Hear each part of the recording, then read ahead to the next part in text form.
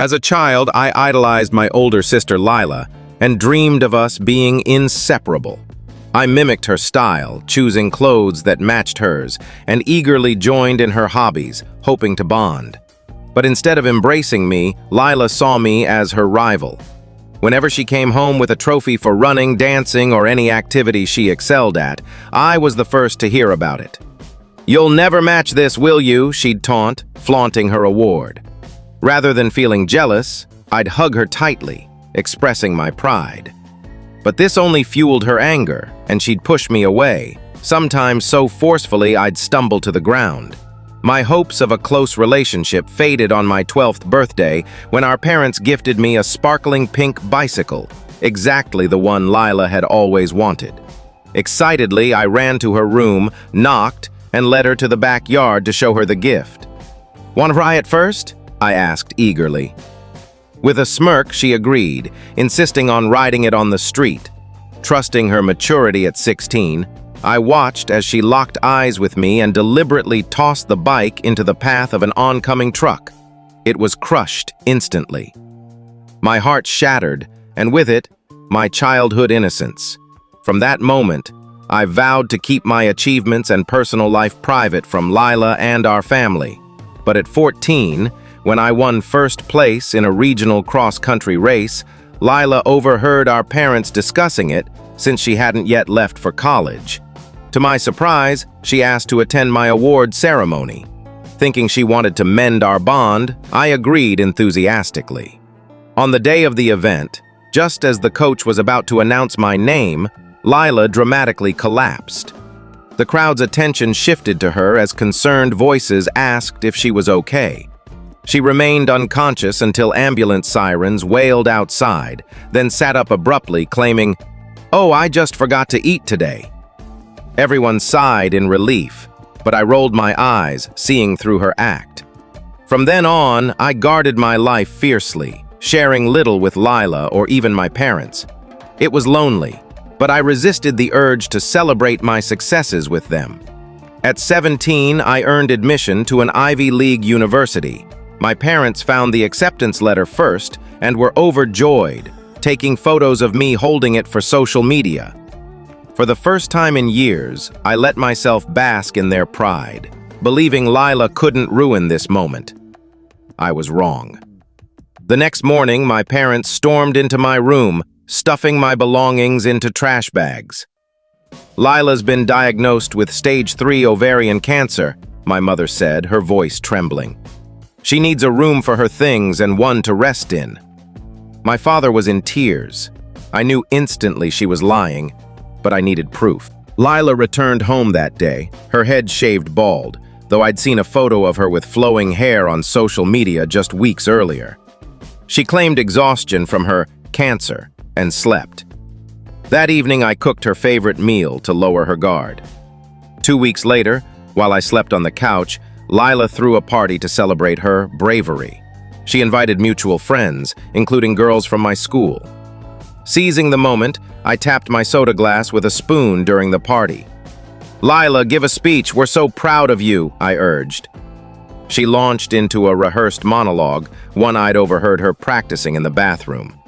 Midway through her crocodile tears, I hugged her, then swiftly pulled off her bald cap, revealing her long blonde hair. Lila screamed. My mother gasped dramatically, as if the air had been sucked from the room. As the crowd processed the scene, I turned on the TV at full volume, playing a video I'd recorded of Lila practicing her speech in secret. Instead of confessing, she fled the house in a rage. I retreated to my room, leaving my parents to handle the departing guests. The next morning, my mother slapped me across the face. "How could you humiliate Lila during her cancer struggle?" she demanded, her voice shaking with anger. My cheeks stung as she explained that Lila had told them I'd ripped out her expensive hair extensions to hide her baldness from pitying onlookers. She claimed she didn't want to flaunt her wealth by admitting she could afford such costly extensions. Astonishingly, my parents believed her story. They were convinced their cancer-stricken daughter had hidden her extensions, which I'd cruelly exposed. The situation spiraled over the next few days. Lila produced a stack of medical documents, appointment cards, test results, and a treatment plan that looked convincing enough to sway my parents. She also accused me of emotionally abusing her, claiming I was jealous of her attention and trying to steal the spotlight with my college acceptance. My parents arranged an urgent therapy session for me, insisting I showed signs of narcissistic personality disorder. The therapist, initially skeptical, agreed to meet me twice weekly after my parents' persistence. Those sessions were grueling. I was interrogated about my supposed need to hurt my sick sister and my alleged jealousy. Explaining that Lila was lying only made me seem more guilty, with the therapist noting my denial. Meanwhile, Lila dominated the household, hosting gatherings where relatives fawned over the brave cancer patient. She made subtle jabs about my lack of support, turning family and friends against me. Determined to expose her, I began documenting her inconsistencies. When she claimed to have chemo on a Tuesday but posted mall selfies, I saved the screenshots. My evidence was mounting, but I needed something undeniable. One night I came home late from a library project to find my laptop screen shattered and inoperable, destroying years of schoolwork. Lila, sipping tea in the kitchen, smirked and commented on the unreliability of technology, even asking if I'd backed up my college applications. Her tone betrayed her guilt. I spent a week rebuilding my assignments from memory, begging teachers for extensions. Some were sympathetic. Others thought I was making excuses. My grades slipped under the stress. At school, rumors spread that I'd attacked my cancer-stricken sister at her support party. Friends I'd known for years avoided me, and my lunch table emptied.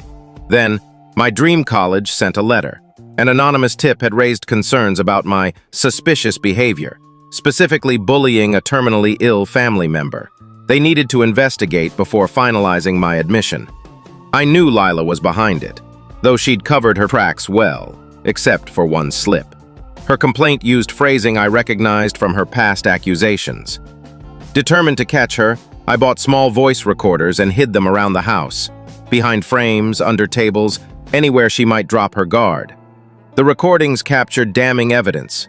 Late at night, Lila laughed on the phone about fooling our parents, mocking their worry, and boasting about taking my room and derailing my college plans. I saved every file to multiple cloud accounts, labeling them meticulously with dates and times. But I needed someone who would listen. My parents dismissed my concerns, redirecting conversations when I pointed out Lila's contradictions. Then I remembered Aunt Clara, who'd always been wary of Lila's lies, even catching her in small fibs as kids. She'd once called out Lila's false claim of winning a spelling bee at a non-existent school. Using a payphone at school to avoid Lila's prying, I called Clara. The rusty booth smelled of stale gum, but her warm voice calmed me as I poured out the story. She listened silently, then admitted she'd suspected something was off with Lila's shifting cancer claims. First lymphoma, then leukemia, then a rare type with inconsistent names. Clara promised to visit that weekend, pretending to support Lila, but intending ITV. Her voice was steady and reassuring, promising to examine my evidence. When Clara arrived on Saturday with a casserole and a concerned expression, she played along with Lila's act, praising her courage. Later, in my room, I showed her my recordings, screenshots, and detailed timeline. Clara's face grew grim as she reviewed the evidence, noting inconsistencies like identical watermarks on Lila's medical records and incorrect medical terms. She suggested a strategic approach at dinner, waiting for a relaxed moment to present the evidence. That Friday, I discovered my recorders were missing from their hiding spots. Lila feigned innocence, but I secured my cloud backups with new passwords and two-factor authentication, using obscure references Lila wouldn't know. At dinner, Clara casually questioned Lila's treatment details, pushing for specifics until Lila fled to the bathroom. Clara then showed my parents the evidence, recordings, screenshots, and a professional presentation. Their faces paled as they heard Lila's mocking laughter. When Lila returned, she tried to deflect, claiming I'd used AI to fake the recordings or drugged her to elicit them. Her excuses unraveled as she contradicted herself. Finally, my father confronted her directly, demanding the truth. Lila exploded, admitting she'd faked everything out of resentment for my achievements stealing her spotlight. She confessed to years of sabotage, destroying my bike, hiding my books, spreading rumors, deleting my essays. My mother sobbed, and my father nearly collapsed. Lila lunged at me, scratching my mother's arm in the chaos. Clara called 911, and paramedics took Lila for observation, citing concerns for her safety. My parents apologized that night, devastated by their failure to question Lila's lies. They were horrified to learn about the bike and awards ceremony, realizing her behavior spanned years. We agreed Lila needed serious therapy for personality disorders. My father arranged a clinic specializing in such issues, and I sent my evidence to the college to clear my name. The admissions officer apologized, and my acceptance was secured. At school, rumors lingered, but supportive teachers granted extensions, and I rebuilt my grades. Lila returned after 3 days, mandated to attend therapy twice weekly. Her diagnosis included narcissistic and antisocial traits requiring long-term treatment.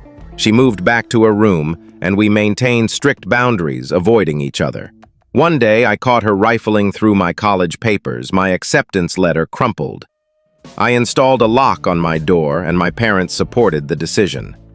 The months that followed were tense. Lila had good days and bad, her therapy revealing a long road ahead. I secured my valuables in a safe, using my birthday as the combination, a subtle reclaiming of power. My college admission was finalized with resources offered for family trauma. Prom season brought excitement. I found a discounted dress and went with a friend, Aaron. But Lila sabotaged my dress with bleach. Clara saved the day with her daughter's old prom dress, and I enjoyed a carefree night, thwarting Lila's plan. Lila's therapist later recommended residential treatment, citing her slow progress. My parents debated, torn between helping her and protecting us. Lila agreed to a 6-month program, and we drove her to a serene facility. The house felt peaceful without her, and my parents and I reconnected through quiet dinners and board games. Family therapy sessions revealed Mia's guilt and our enabling patterns, slowly healing us. Senior year became a whirlwind of achievements: National Honor Society, a scholarship for an essay on family challenges. My parents celebrated my successes without guilt.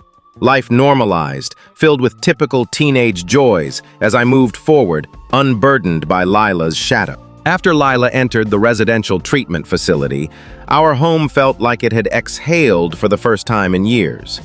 The silence was unfamiliar but comforting, like the quiet after a storm. I reclaimed my room fully, arranging my books, photos, and keepsakes without fear of sabotage. My parents and I settled into a new rhythm: simple dinners where we actually talked, laughed over old board games, and rediscovered what it meant to be a family. Mom started asking about my day with genuine curiosity, her eyes no longer clouded with worry about Lila. Dad shared stories from work, his voice lighter than I'd heard in ages. It wasn't perfect, but it was a start. Senior year became my sanctuary. I threw myself into school activities, joining the yearbook committee and tutoring younger students in math. My calendar filled with study groups, movie nights with friends, and college prep workshops, ordinary teenage moments that felt extraordinary after years of chaos. The rumors at school about my alleged cruelty toward Lila lingered, but my true friends stood by me, and my teachers, especially my AP instructors, supported my efforts to catch up. My desk lamp burned late as I rebuilt my grades, fueled by coffee and determination. Each passing grade felt like a small victory, a step toward reclaiming my life. The first family therapy session at Lila's facility, a month after her admission, was heavy. The room was small, scented with lavender, and we sat in a circle, the distance between us more than physical. Lila read a list of her wrongdoings in a flat tone, her face tight with resentment. The therapist explained that acknowledging harm was a starting point, even if Lila didn't yet feel remorse. She guided us through setting boundaries and communicating honestly. Mom cried through most of it, her hands twisting a tissue into knots. Dad learned to express emotions beyond frustration, his voice cracking as he admitted his guilt for missing Lila's lies. I spoke up about my pain, learning not to feel selfish for it. The therapist's calm presence kept us grounded, peeling back layers of our family's dysfunction. Between sessions, I started seeing my own therapist, Ms. Harper, to process the years of hurt. She helped me untangle the guilt I'd carried for wanting a sister who didn't exist. "Lila's actions aren't your fault," she'd say, her voice steady as I wrestled with self-doubt. Slowly, I began to believe her. Her office, with its soft lighting and cozy chairs, became a refuge where I could unpack the fear and confusion Lila had woven into my life. I learned to celebrate my achievements without bracing for sabotage, a freedom I hadn't known I'd lost. As spring approached, I prepared for college. My acceptance was secure, and the admissions board had sent resources for coping with family trauma, which I read eagerly. I won a scholarship for an essay about overcoming adversity, and my parents attended the ceremony, their pride untainted by guilt. The auditorium's warm lights felt like a hug as I accepted the award, my heart full. Prom was another milestone. After Lila's bleach attack on my original dress, I wore Clara's daughter's green gown, dancing with Aaron under glittering lights. For one night, I was just a teenager, laughing with friends, untethered from drama. But Lila's shadow lingered. During her second month in treatment, she sent a letter home, not an apology, but a vague note about working on herself. My parents clung to it, hoping it signaled progress.